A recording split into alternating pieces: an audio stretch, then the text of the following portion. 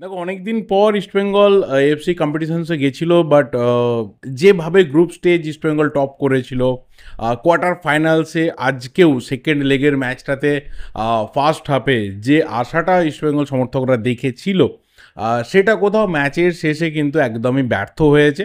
East Bengal quarter final থেকে বিদায় নিয়েছে আরকাদাগের এগেনস্টে দুটো লেগের এগ্রিগেটে 3-1 রেজাল্টে হেরে। বাট আজকের ম্যাচটা, যে ম্যাচটা ইস্টবেঙ্গলের জন্য মোস্ট ডিসাইসিভ ম্যাচ হিসেবে ছিল এই সিজনে, বা অন্ততপক্ষে লাস্ট কয়েক বছরে, যে ম্যাচটার দিকে ইস্টবেঙ্গল জনতা তাকিয়েছিল যে অনেক দিন পর আবারও এফসির কোনো কাপ কম্পিটিশনসে সেমিফাইনালে রিচ করার যে একটা রাস্তা, সেই রাস্তা হয়তো আজকের ম্যাচের রেজাল্টটা হতে পারতো। বাট যেভাবে ইস্টবেঙ্গল শুরু করেছিল সেইভাবে কিন্তু ডেফিনেটলি শেষ হয়নি। ভালো খেলেছে, বেশ কিছু প্লেয়ারের ভালো পারফরমেন্স যেমন থেকেছে, ঠিক তার পাশাপাশি আমরা প্রচুর চান্স মিস করতে দেখেছি ইস্টবেঙ্গল প্লেয়ারদেরকে। আমরা বেশ কিছু বোধ বুদ্ধিহীন ফুটবল খেলতে দেখেছি একজন যথেষ্ট পরিমাণে সিনিয়র প্লেয়ারের থেকে, এবং অবশ্যই একটা শেষের দিকে কোথাও গা ছাড়া ভাব, বা হতে পারে যে কিছুটা টায়ার্ডনেস, যাই হোক না কেন, টিমকে ঘিরে ধরছিল এবং সেই জায়গাতে দাঁড়িয়ে পারফরমেন্সে বা যে রিদিমটা চলছিল সেই রিদিমে একটা ডাউন এসে যাওয়া, এবং সেখান থেকে ইস্টবেঙ্গলের এই 2-1 রেজাল্টে ম্যাচটা হার। তো ইন ডিটেলসে সবটা নিয়ে কথা বলবো, আরও বিভিন্ন বিষয় রয়েছে, ডেফিনেটলি কথা বলবো। প্রথম যে জিনিসটা আমার বলার রয়েছে সেটা হচ্ছে যে আজকের এই ম্যাচটা ইস্টবেঙ্গল যথেষ্ট পজিটিভ ওয়েতে স্টার্ট করেছিল। প্রথম মিনিটে গোল পেয়ে যাওয়া, রাফায়েল মেসি বৌলি যে জায়গা থেকে ফিনিশটা করেছিল, এবং যতটা সময় পড়েছিল আর যা সুযোগ ইস্টবেঙ্গল অন্ততপক্ষে ফার্স্ট হাফে স্পেশালি পেয়েছিল, সেইগুলোকে কাজে লাগাতে না পারা, বা আমি সরাসরি বলতে পারি যে সেই সুযোগগুলোকে মিস ইউজ করা, এটাই কোথাও আজকে ইস্টবেঙ্গলের হারের আমার মনে হয় যে অন্যতম একটা বড় কারণ। দ্বিতীয় যে রিজনটা অন্ততপক্ষে আমি দেখতে পেয়েছি সেটা হচ্ছে লালচুং নুঙ্গার ওই ধরনের মানে খুবই দায়িত্ব জ্ঞানহীন ফুটবল খেলা। দেখো পরপর 3টে সিজন হয়ে গেল ইস্টবেঙ্গলে রয়েছে, ন্যাশনাল টিম খেলা হয়ে গেছে, তো ওকে আর জুনিয়র প্লেয়ার, ওকে আর কোথাও ডেভেলপমেন্টাল প্লেয়ার বা শিক্ষানবিশ ইয়াং এই ধরনের ট্যাগ দিয়ে আমার মনে হয় যা সরিয়ে রাখা যাবে না। He is almost a senior player যে এতদিন ধরে টিমে রয়েছে, কোথাও তার উপরে কোচ ভরসা করেছে গোটা সিজন জুড়ে, কিন্তু দেখা গেছে এই একটা প্লেয়ার বিভিন্ন সময়ে কিন্তু টিমকে ভুগিয়েছে। আইএসএলে বারবার রেড কার্ড কনসিড করেছে, বারবার এমন ভাইটাল সময়ে কার্ড কনসিড করে টিমকে বিপদে ফেলেছে, যে সেই জায়গা থেকে কিন্তু ইস্টবেঙ্গল সাফার করেছে। আজকেও দেখা গেল যে এত চাপের একটা জায়গা, এরকম একটা ম্যাচ, এবং সেখানে যখন দেখতে পাচ্ছে যে রেফারিং এই ধরনের হচ্ছে, রেফারিংয়ের মধ্যে ভীষণভাবে বায়াসনেস রয়েছে, তো সেখানে দাঁড়িয়ে তুমি যদি একটা খুব সামান্য ভুল করো তাহলে সেটা তোমার এগেনস্টে চলে যাবে। আর নতুন করে এই যে ওয়েস্ট এশিয়ান দেশ থেকে বা বিভিন্নভাবে এএফসির তরফ থেকে রেফারিং আমাদের ইন্ডিয়ান ফুটবলের বিরুদ্ধে একটা চক্রান্ত থাকে, এটা তো নতুন কোনো ব্যাপার না। আমরা আমাদের ন্যাশনাল টিমের ক্ষেত্রেও দেখেছি যে কাতারে গিয়ে কাতারকে হারানোর ক্ষেত্রে যে রেফারিং ছিল, মাঠের বাইরে বেরিয়ে যাওয়া বল সেটা ঢুকিয়ে এনে গোল হয়ে গেছিলো, সেটা ভ্যালিড হয়ে গেছিলো। আমরা দেখেছি এএফসির বায়াসনেস যখন মোহনবাগানকে ওইভাবে সাইড লাইন করে দেওয়া হয়, আমরা আজকেও দেখলাম যে সেই একই রেফারিং বায়াসনেস এটা এএফসির তরফ থেকে হয়ে গেল ইস্টবেঙ্গলের উপরে। কারণ হ্যাঁ, ডেফিনেটলি দুটো টিমই ফাউল করছিল, কিছু কিছু ক্ষেত্রে ভ্যালিড ফাউল কল হয়েছে, ভালো কথা, কিন্তু ঠিক যতটা মানে কি বলবো এফেক্টিভ ওয়েতে ইস্টবেঙ্গলের এগেনস্টে রেফারি মানে ফাউলগুলোকে দিচ্ছিলেন বা কার্ডগুলো বার করছিলেন, সেটা কিন্তু আরকাদাগের এগেনস্টে হচ্ছিল না। সেখানে কিন্তু ইস্টবেঙ্গল প্লেয়ারদেরকে অনেক বেশি করে প্রোটেস্ট করতে হয়েছিল, তারপরে সেই কার্ডগুলো আসছিল। আমি সিরিয়াসলি জানি না যে আমাদের দেশের ফেডারেশন কবে এই জিনিসগুলোকে বুঝবেন, কবে আলটিমেট আমাদেরও কিছুটা ক্ষমতা বাড়বে, যে আমাদেরও ওখানে একটা জমি থাকবে যার ফলস্বরূপ আমাদের কখনো ন্যাশনাল টিম বা কখনো আমাদের ক্লাবগুলোকে যাতে সাফার করতে না হয়।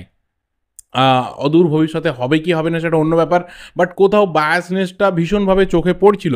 এবার একটা প্লেয়ার সে যখন দেখতে পাচ্ছে যে এখানে রেফারি পুরোপুরি বায়াসড রয়েছে, রেফারি একটা কোথাও তার সেট অফ টার্গেট মাইন্ড রয়েছে, সেটা বেশি সে খেলিয়ে যাচ্ছে, তখন সেখানে আমি যদি একটা খুব সিম্পল ভুলও করে ফেলি যেটা হয়তো ইগনোর করতে পারতো, হয়তো এখানে যদি নিউট্রাল রেফারিং হতো হয়তো সেটাকে ইগনোর করে দেওয়া যেতে পারতো, সেকেন্ড ইয়েলোটা ওই জায়গাতে ফাউল ঠিক আছে, but that was not a yellow card, কিন্তু ওখানে ইয়েলো কার্ডটা হয়েছে এবং সেখানে রেড কার্ড দেখে কিন্তু লালচুংনুঙ্গাকে বেরিয়ে যেতে হয়েছে। এখানে আরও একটু আমরা যদি দায়িত্বজ্ঞান দেখতাম লালচুংনুঙ্গার তরফ থেকে, তাহলে আমার মনে হয় যে শেষ মুহূর্তে যে ডিফেন্সিভ ফেলিওরটা হয়ে গেল ইস্টবেঙ্গলের, সেটা হয়তো হতো না। আর বেশ কিছু প্লেয়ার তারা ওয়ার্কলোড ভীষণভাবে নিয়েছে, যেমন প্রথমে বলতে হবে আমি রাফায়েল মেসি বৌলির কথা বলবো, আমি বলবো সাউল ক্রেসপোর কথা। সৌভিক চক্রবর্তীকে দেখে খুব যে কনফিডেন্ট লেগেছে তা না, বাট হ্যাঁ যথেষ্ট পরিশ্রম করে খেলছিল, বা ডিফেন্সে হেক্টর ইউজতে পরিশ্রম করেছে। রাকিবকে বেশ মোটামুটি ভালো লাগছিল, সেইভাবে খুব যে ননসেন্স কাজকর্ম করেছে তা নয়, বাট হ্যাঁ এমন একটা টিমের এগেনস্টে খেলা, তাদের গোটা স্টেডিয়ামে সমর্থক ভর্তি রয়েছে, চেনা মাঠ, এবং সেই মাঠের কন্ডিশনও খুব একটা ভালো না, অন্ততপক্ষে যারা আমাদের ইন্ডিয়ান ফুটবলের মাঠে রেগুলার বেসিসে খেলে তাদের পক্ষে ওই মাঠে মানিয়ে নেওয়াটা খুব টাফ ব্যাপার। তো বিভিন্ন রকম নেগেটিভিটি ছিল, কিন্তু আমার মনে হয় যে শেষের দিকে যেভাবে সৌভিক চক্রবর্তী ওই ফাউলটা করলো, এই ফাউলটা কোথাও কিন্তু গোটা ম্যাচের যে মোমেন্টামটা ছিল সেই মোমেন্টামটাকে একদম শেষ মুহূর্তে ইস্টবেঙ্গলের ক্ষেত্রে নষ্ট করলো, এবং অস্কার ব্রুজও তিনি বাধ্য হলেন তাড়াতাড়ি কিছু চেঞ্জ করতে, ডিফেন্সটাকে পুরো স্যাক্রিফাইস করে দিতে তিনি ফরওয়ার্ডে বেশি করে প্লেয়ার তুলতে চাইলেন, এবং সেখানে কিন্তু লাস্ট গোলটা ইস্টবেঙ্গল কনসিড না করলেও ওই মুহূর্তে ওই 1-1 রেজাল্টও ইস্টবেঙ্গল ছিটকে যেত, বাট কোথাও লসটা ফেস করে কিন্তু ইস্টবেঙ্গল ফিরছে। দেখো অনেক কিছু বিষয় নিয়ে কথা হয়েছে মাঠের বাইরে, বিভিন্ন বিষয় আমাদের সামনে এসেছে, তার সত্যাসত্য অন্য ব্যাপার, বাট হ্যাঁ সামনে সেগুলো এসেছে যে বিভিন্ন রকম ট্রাভেল ইস্টবেঙ্গল ফেস করছে। বাট তারপরেও কালকে বলেছিলাম যে এত কিছুর মধ্যে যদি ইস্টবেঙ্গল একটা পজিটিভ খেলা তুলে ধরতে পারে শুরু থেকে শেষ অবধি, যদি একটা উইনিং ম্যাচ ইস্টবেঙ্গল নিয়ে আসতে পারে, যদি এখান থেকে দাঁড়িয়ে সেমিফাইনাল রিচ করতে পারে, তাহলে কোথাও কিন্তু ইস্টবেঙ্গল একটা বিরাট ভালো বুস্ট পাবে। বাট সেটা তো ফাইনালি হলো না, কিন্তু সেই না হওয়ার পেছনে অনেক কিছু রিজনস রয়েছে। অস্কার ব্রুজও তার হাতে যতটুকু শক্তি ছিল তিনি সেটা কাজে লাগানোর চেষ্টা করেছেন। বেশ কিছু প্লেয়ার তার ক্ষেত্রে এখানে আনঅ্যাভেলেবেল, বিদেশির যে পুরো একটা টিমের স্ট্রেংথ সেটাকে তিনি 100% পাননি, এবং ইন্ডিয়ান প্লেয়ারদের ক্ষেত্রেও বেশ কিছু প্লেয়ারের ভাইটাল টাইমে যে চোট পেয়ে যাওয়া সেটাও কিন্তু টিমকে ভুগিয়েছে। এবং অবশ্যই নতুন আসা প্লেয়াররা যে পুরোপুরি 90 মিনিটের জন্য কম্বিনেশনে ঠিকঠাক ক্লিক করতে পেরেছে এটাও না। রিচার্ড সেলিসকে আজকে ভীষণ পুয়ার লেগেছে, রাদার আমি বলবো যে মহেশ অনেক বেটার খেলেছে। রিচার্ড সেলিসকে অনেক আগে তুলে নিয়ে যদি বিষ্ণুকে নামিয়ে দেওয়া হতো তাহলে আমার মনে হয় যে ইস্টবেঙ্গল অনেক বেটার করতে পারতো, কারণ যে জায়গা থেকে রিচার্ড সেলিস মিসটা করেছে ওই মিসটা কিন্তু ক্ষমার অযোগ্য। কারণ ওই জায়গাতে দাঁড়িয়ে তুমি যখন একটা অ্যাওয়ে ম্যাচ খেলছো, এই ধরনের ভাইটাল টাফ, এবং এমন একটা ম্যাচ যে ম্যাচটা হয়তো আগামী আবার কতদিনে আসবে, কত সিজন কত বছর পর আসবে কেউ জানে না, তো সেই ম্যাচটাতে যদি এই ধরনের মিস তুমি করো তাহলে তার রেজাল্ট যা হওয়া দরকার, তাহলে তার ট্রিটমেন্ট অ্যাকচুয়ালি ম্যাচের শেষে যা হওয়া দরকার সেটাই হয়েছে। তো আমি অ্যাটলিস্ট বলবো যে ফার্স্ট হাফটা ইস্টবেঙ্গল যেভাবে অ্যাপ্রোচ রেখেছিল, যেভাবে খেলেছিল, যেভাবে ডমিনেশন রাখছিল, যেভাবে চেষ্টা করছিল যে আরও একটা গোল তুলে নেওয়ার, সেখানে যদি গোলটা হয়ে যেত, যদি ফার্স্ট হাফে 2-0 এগিয়ে থাকতো ইস্টবেঙ্গল, তাহলে হয়তো সেকেন্ড হাফে খেলাটা একটু ডিফারেন্ট হতে পারতো। সেটা হয়নি, 2-1 হেরে ইস্টবেঙ্গলকে ফিরতে হচ্ছে।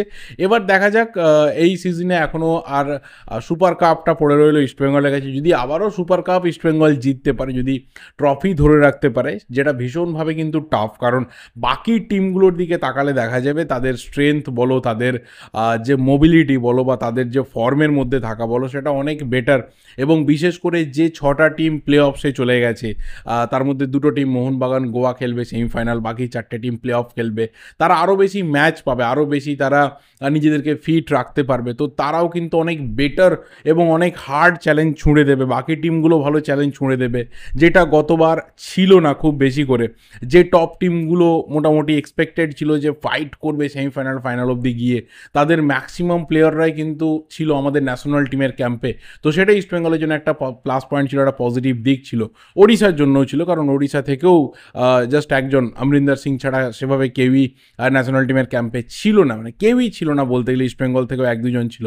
তো এটা কোথাও ওড়িশার ইস্টবেঙ্গলের জন্য প্লাস পয়েন্ট ছিল গতবার ফাইনালে রিচ করার জন্য, নিজেদের ব্যাটেলটাকে অনেক বেশি বেটার করে নেওয়ার জন্য, বাট এইবারে সেটা অন্তত পক্ষে হবে না।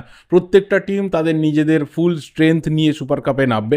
দেখা যাক ইস্টবেঙ্গল তাদের টাইটেল ধরে রাখতে পারে কিনা, back to back super cup East Bengal জিততে পারে কিনা। যদি ইস্টবেঙ্গল সুপার কাপ জিততে পারে তাহলে ওটাই হবে লাস্ট রাস্তা যে এএফসি ক্লাব কম্পিটিশনসে আবারও যাওয়ার, কারণ সেখানে আমরা জানি যে এএফসি চ্যাম্পিয়ন্স লিগ 2 এর কোয়ালিফিকেশন রাউন্ডে সুপার কাপ উইনাররা যাবে, যদি জিততে পারে তাহলে এএফসি চ্যাম্পিয়ন্স লিগ 2 এর গ্রুপ স্টেজে চলে যাবে, যদি হারে তাহলে থার্ড টিয়ার এএফসি চ্যালেঞ্জ লিগের গ্রুপ স্টেজে সেই টিমটা পৌঁছে যাবে। তো সেটাই ইস্টবেঙ্গল ব্যাক টু ব্যাক সিজনে করে দেখাতে পারে কিনা মোহনবাগানের মতো ব্যাক টু ব্যাক সিজনে ট্রফি ধরে রাখা, চ্যাম্পিয়নশিপ ধরে রাখা, সেটা ইস্টবেঙ্গল পারে কিনা সেই দিকে আমরা তাকিয়ে থাকবো। বাট যেভাবে অন্ততপক্ষে আজকের ম্যাচটা বা যেভাবে কোয়ার্টার ফাইনালের দুটো ম্যাচটাকে ইস্টবেঙ্গল জনতা দেখতে চেয়েছিল সেটা কিন্তু হলো না। একটা টাইম অবধি আশা জাগিয়েও কিন্তু ফাইনালি ইস্টবেঙ্গল ব্যর্থ হলো, কোয়ার্টার ফাইনাল থেকে ইস্টবেঙ্গলকে বিদায় নিতে হচ্ছে। তোমরা কিভাবে আজকের এই ম্যাচটাকে বা এই দুটো ম্যাচকে মোটামুটি দেখলে অবশ্যই কমেন্ট করে জানিও। আরও কী কী পয়েন্ট অন্ততপক্ষে তোমরা অ্যাড করতে চাও কমেন্ট করে অবশ্যই জানিও। এই ভিডিওটা এই অবধি ভালো লাগলে লাইক করো, শেয়ার করো, দেখা হবে পরের ভিডিওতে। টিল দেন সাবস্ক্রাইব করো চ্যানেলটা। Thank you and good bye.